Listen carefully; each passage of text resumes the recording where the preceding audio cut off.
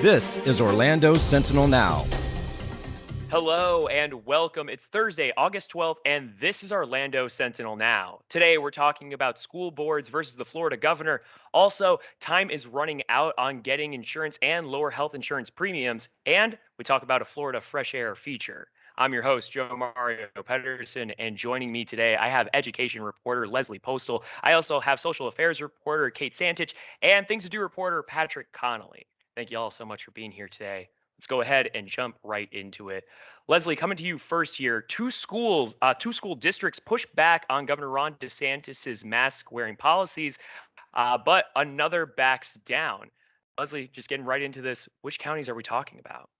Well, Alachua, Leon, and Broward counties were the three that said they were going to have mask mandates with no opt-outs, defying the governor who said parents have to have an ability to make that choice for their children.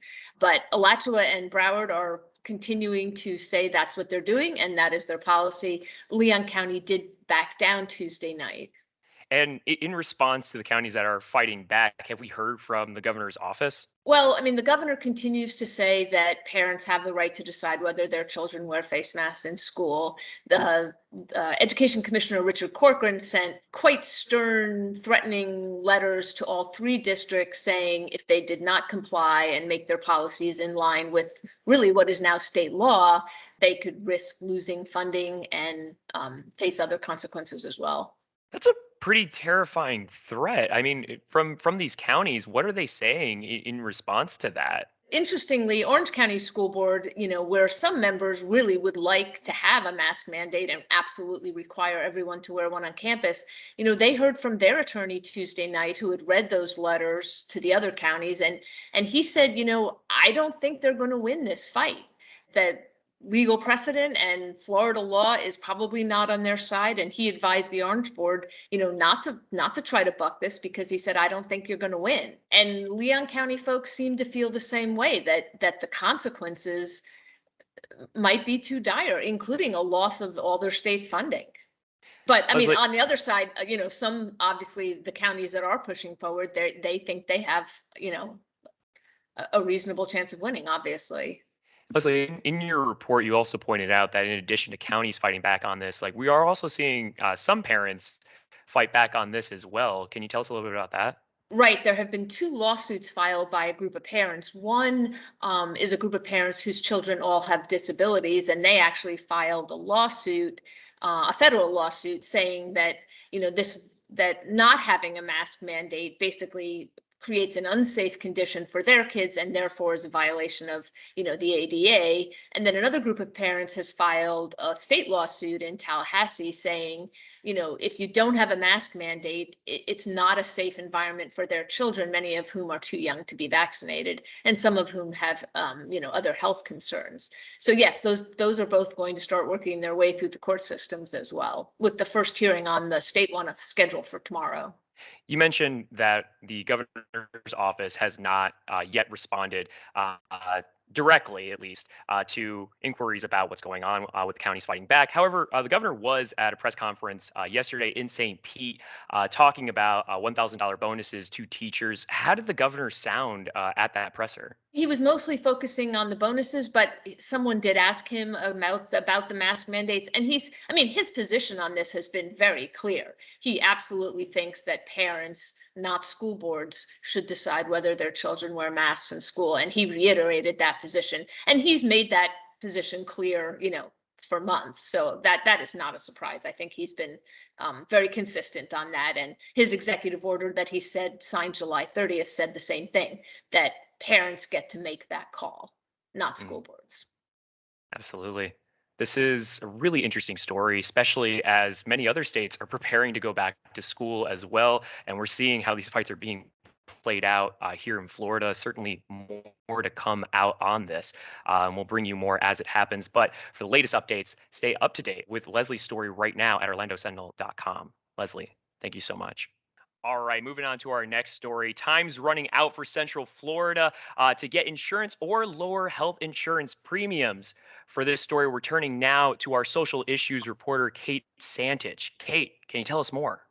You have until Sunday, August 15th to sign up for what most people call Obamacare, the Affordable Care Act insurance under the marketplace, healthcare marketplace that is available to anyone who is uninsured.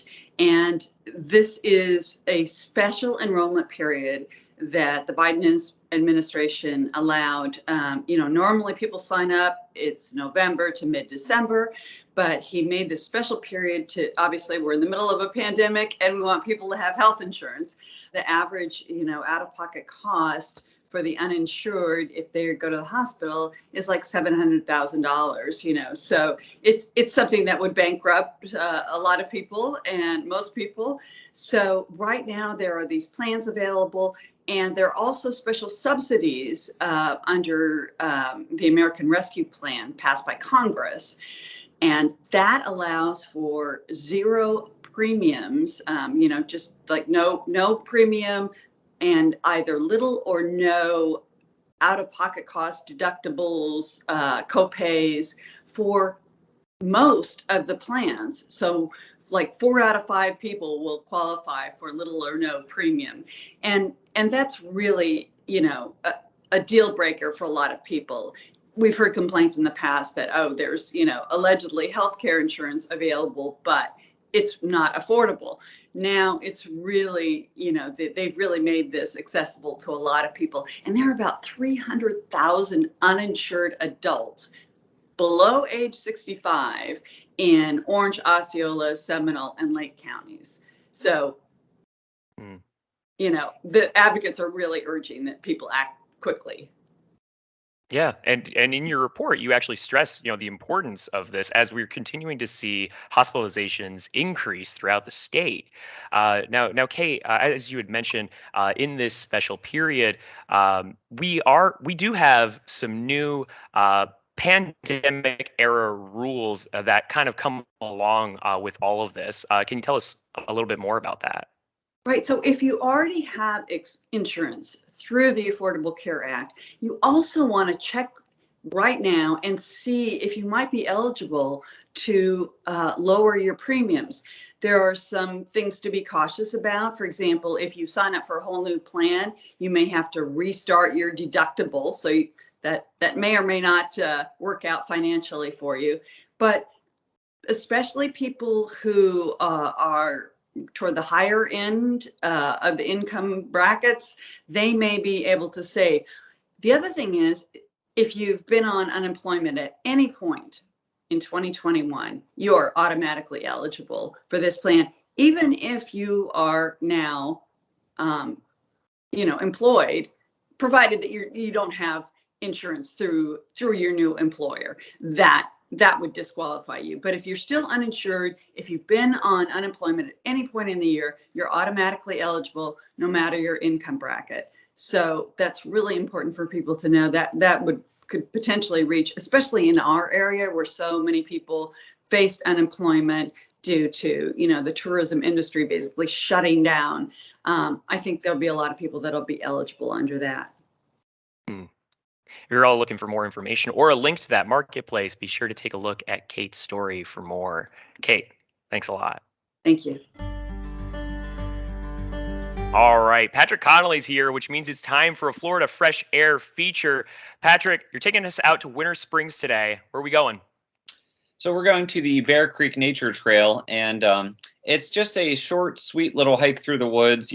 Should be pretty easily accessible for people who live in that particular area of Winter Springs, near Winter Springs Boulevard, or you could drive there as well. And it's actually a good thing that it's a short hike, because the summertime in Florida is not a good time for long hikes, I should say. But this one is nice and shaded. It follows a creek. I don't know exactly where it gets its name from. I did not see any bears there, but I did see a cardinal, a woodpecker, a squirrel. So it's kind of just a place to go and kind of just get away from, urban, suburban life. Take a little walk through the woods, notice the plants, notice the wildlife if there is any. Like I said, pretty short trail. You might be able to make a mile out of it. But, pretty nice place to walk your dog, maybe take the kids there and you can point out different plants. I would say maybe take the camera as well, practice your photography skills there, especially in the morning or evening, or just break away on your lunch break and maybe pack a little lunch with you. Just to back up for a second, you sounded almost disappointed that you didn't see any bears out there. Got to say, that's not the feeling that I would have shared with you in that. But for those who maybe are interested in seeing bears out there or just interested in heading over to the park, what are some things they should know before they go? A complete aside, I've seen one black bear in Central Florida, and that was in Ocala National Forest. And I keep hoping to see more, maybe at some point. Although, not too close. I don't want to see them a few feet from me. In any case, it's right off of Winter Springs Boulevard. It's open sunrise to sunset daily. Hiking is your main activity here, and it's kind of a rugged trail, and so I think this one would be harder to access if you use a wheelchair or an electric scooter. I would say pack your bug spray. The mosquitoes, got to watch out for them. They're always bugging me, and leave your alcohol at home. I did not see any signs that specifically prohibited pets, so it should be okay as a place for dog walking as well. And during the wet summer months, there might be a few spots of the trail that are a little bit muddy too, so keep in mind your footwear with that. Well, there you go. If you're looking for more information on Bear Creek Nature Trail, be on the lookout for Patrick's Florida Fresh Air feature on Friday, which is when you can always catch them. Be on the lookout every Friday for Florida Fresh Air. Patrick, thank you. All right, before we leave you all today, we do want to talk about Thursday's weather presented by Premier Sotheby's International Realty. Thunderstorms are booming into the forecast from Thursday and all the way through the weekend. Odds are at 30% starting Thursday and then jump up to 80% by Sunday. Temperatures Thursday are at a high of 92 and a low of 75. We're also monitoring Tropical Depression Fred as it marches through the Caribbean.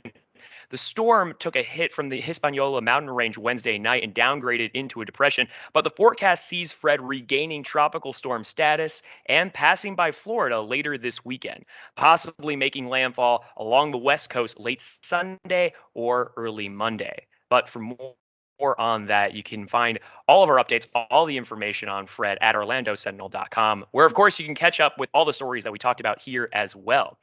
If you guys are subscribers to the Orlando Sentinel, thank you so much for continuing to support our work and supporting local journalism. If you want to become a supporter, it's easy to do so. All you need to do is visit orlandosentinel.com/subscribe. Yep, that easy. You could do it right now. As for OSN, everybody, that is our show here for today. But thank you so much for tuning in. And thank you so much to Leslie, Kate, and Patrick for keeping us filled in on what's going on in our community. We'll be back again with more news tomorrow at noon. We'll see you then. Stay healthy and stay safe. Watch Orlando Sentinel Now live every weekday at noon on our Facebook page and on orlandosentinel.com.